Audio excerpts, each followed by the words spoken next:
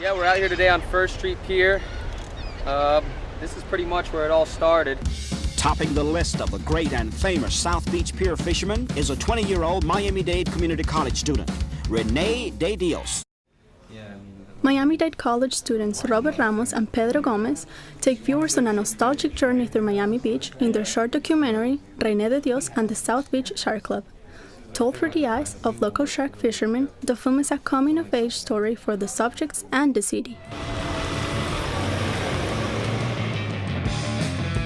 This was a story that I grew up with, and it was a story that I was told by my uncles and my dad, but it was also something that I got to live, going down to First Street and fishing at night on the boardwalk. It's just something that I felt like was almost like a campfire story that I was told as a kid, and it's just something I felt like would transition very well into film. The documentary was created as part of their curriculum at MDC's School of Entertainment and Design Technology.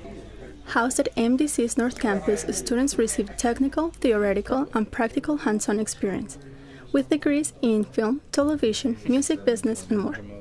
As part of the bachelor program, students spend a year producing, filming, and editing short films. There is no place that you can get this much exposure to equipment, to industry techniques than at Miami-Dade College.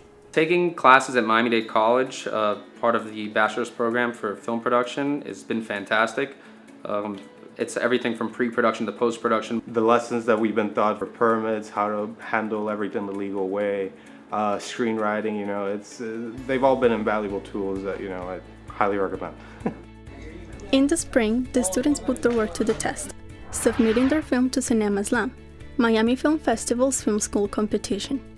Open to any student enrolled in participating South Florida colleges and universities, Cinemaslam aims to showcase student films. The result? Renee De Dios took home several awards this year: Best Director, Best Writing, Best Technical Achievement, and the Grand Prize, the Cinemaslam 2018 champion, along with the Sarah Fuller Scholarship. It felt unreal, I was very confident going in, but until it actually happened, and even when it happened, I couldn't believe it. They deserved the awards they won.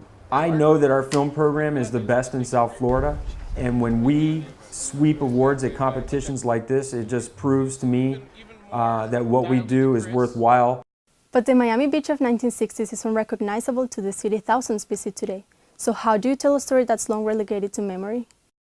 The fact that I found all this archival footage actually had a lot to do with, making the film as well. That let us know that there was enough content to actually produce a film that was about something that happened, 30, 40 years ago. The students discovered the footage in the Lynn and Louis II Wolfson, Florida Moving Image Archives, located at MDC's Wolfson campus, an official moving image repository and archives of the state of Florida. The Wolfson Archives has over 35,000 hours of videotape and 23 million feet of film, making it one of the largest institutions of its kind in the United States. And they basically are holding a bunch of archives of different newsreels and home videos, and it's a very, very cool resource that Miami-Dade College has that allowed us to make this film. More stories depicting Florida's rich history will take center stage at next year's Miami Film Festival, thanks to a generous gift from the Lynn and Louis Wolfson II Family Foundation.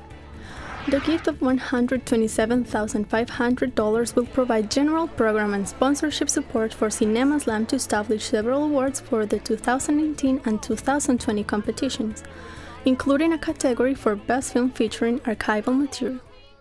Yeah, I think the fact that they're going to open up the archives for other filmmakers, it's going to make it a lot easier for people to have access and to just know that it exists. Because I feel like a lot of people don't even know that there are all these stories from old Miami and old Miami Beach that we actually have access to through these archives. The students are not done with their documentary yet and are now working to turn their short film into a feature. The reason why we're making this film into a full-length feature film is because there were just too many stories to tell that we couldn't touch on in the short film. A lot of stories had to be cut out. You could write a book on all the stories that these guys have of their times growing up. Alumni from SCDT are making a name for themselves in the local industry, and this duo will definitely continue that legacy, with plans to collaborate on even more projects in the future. I'm motivated for more, you know, like I feel like it's not enough. We still need to prove ourselves. For MDC in Focus, I'm Valentina Gonzalez.